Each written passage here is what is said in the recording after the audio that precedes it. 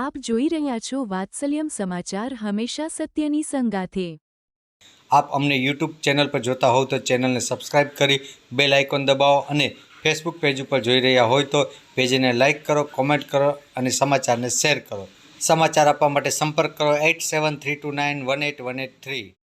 મોરબીના ચકચારી Vajepar revenue survey number 602ની ખેતીના જમીન પ્રકરણમાં વધુ 2 આરોપીઓની ધરપકડ। મોરબીના વજેપરમાં સર્વે નંબર 602ની જમીનમાં બોગસ ડોક્યુમેન્ટના આધારે વારસાઈ નોંધ કરાવી હડપ કરવા મામલે મોરબી શહેર એ ડિવિઝન પોલીસ મથકમાં શાંતાબેન મંજીભાઈ પરવાર અને તરગરીના ગામના સરપંચ સાગર અંબારાભાઈ ફુલતરિયા સહિતના લોકો વિરુદ્ધ ફરિયાદ નોંધાઈ હતી, જેમાં અગાઉ 2 સીઆઈડી ક્રાઇમ બ્રાન્ચ દ્વારા આરોપી ભરત દેગામા અને હેતલબેન ભોરણિયાની ધરપકડ કરવામાં આવી હતી। સીઆઈડીના ડીવાયએસપી આર.એસ. પટેલ અને તેની ટીમ દ્વારા ગુનાના મુખ્ય આરોપી શાંતાબેન મંજીભાઈ પરમાર ઉંમર 70, લાભનગર વેજીટેબલ રોડ અને સાગર નવગણભાઈ સારધરા ઉંમર વર્ષ 39, રબારીવાસ મોરબી વાળાની ધરપકડ કરેલ છે અને આ બંને આરોપીઓના રિમાન્ડ લેવા માટે હાલ તજવીજ હાથ ધરવામાં આવી છે। ચકચારી વજેપર 602ના જમીન કૌભાંડમાં મુખ્ય આરોપી એવા તરગરી ગામના સરપંચ સાગર ફુલતરિયા પોલીસ પકડથી દૂર હોય આરોપીની સીઆઈડી ક્રાઇમ બ્રાન્ચ દ્વારા શોધખોળ ચાલુ હોવાનું જાણવા મળેલ છે। રિપોર્ટર ધવલ ત્રિવેદી, વાત્સલ્યમ સમાચાર, મોરબી। અત્યારે અમે 2 આરોપી પકડ્યા છે।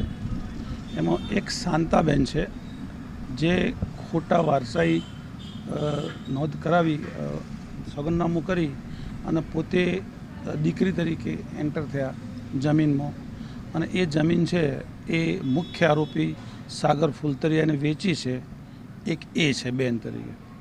બીજા એક આરોપી છે એ સાગર રબારી છે। સાગર રબારી એ આ બેન છે જે શાંતાબેન એમને શોધી કાઢ્યા, એમનું ખોટું પાન કાર્ડ કઢાવ્યું છે અને એમના ખોટા એકાઉન્ટ ખોલાવ્યા છે, જેમાં પોતાની બેન ભણેલા નહોતા એટલે સહી કરતા આવડતું ન હતું એટલે સાગર રબારી એમાં સહી કરીને એકાઉન્ટ ખોલ્યું છે। આ બેને અત્યારે પકડ્યા છે। સાહેબ, આ 2 સિવાય અત્યાર લગીમાં આ કેસમાં કેટલા પકડાણા છે ને હજુ આમાં કેટલા આરોપી પકડાવાના બાકી છે? અત્યારે 2 આરોપી અમે પકડ્યા છે। આના પહેલાં અમે હેતલ ભોરણિયા અને ભરત દેગામાને પકડ્યા છે, બંને જ્યુડિશિયલ કસ્ટડીમાં છે એટલે ટોટલ 4 થયા। હજી મુખ્ય આરોપી સાગર ફુલતરિયા છે એ પકડવાનો બાકી છે અને બાકીના બધાનો જેમ રોલ આવશે એ તમામને અમે આમાં એરેસ્ટ કરવાના છીએ।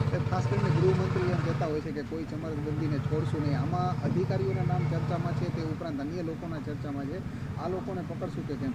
ફરિયાદી પોતાના વિશેષ નિવેદનમાં અને નિવેદન અરજીઓમાં આશરે 17 જેટલા નામ લખાવેલા છે, પણ જે વ્યક્તિઓ વિરુદ્ધ પૂરતા પુરાવા મળશે એ તમામને અમે એરેસ્ટ કરવાના છીએ। સાહેબ, જે રીતે ખોટા પાન કાર્ડ છે તે બનાવવામાં આવ્યા છે, આપણે જે રીતે વાત કરી છે, તો એ કયા આધારે બનાવ્યા છે અને તેમના વિરુદ્ધ કઈ રીતે કાર્યવાહી કરવામાં? એ ફોટા પડાવી અને અમુક આ પાન કાર્ડની અંદર એવું હોય છે કે પોતાના પતિનું નામ હોય છે અને ડોટર એટલે પોતાની દીકરી એટલે બાપ કોણ છે એ નામ હોય છે, નામ ખોટું ઉમેર્યું છે અને એ રીતે આ સાગર રબારી અને બેને ભેગા થઈ પોતાના ફોટા આપી અને બનાવ્યું છે।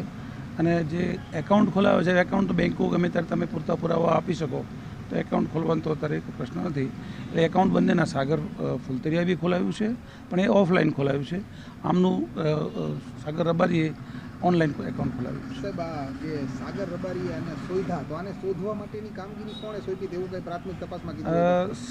સાગર ફુલતરિયા અને ભરત દેગામાએ સોંપેલી એવું પ્રાઇમરી આવે છે।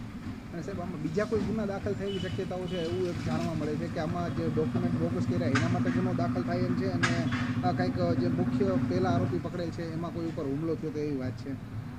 એવી ઇન્ટ્રોડક્શનમાં વાત આવી છે પણ કોઈ હજુ સુધી એવો પુરાવો રેકોર્ડ ઉપર આવ્યો નથી। અમે મહેનત કરી રહ્યા છીએ કે એવું કંઈ હોય તો પુરાવો કોઈ જગ્યાએ કોઈ એન્ટ્રી થયેલી હોય, અરજી આપેલી હોય તો એમાં અમે મહેનત કરી રહ્યા છીએ।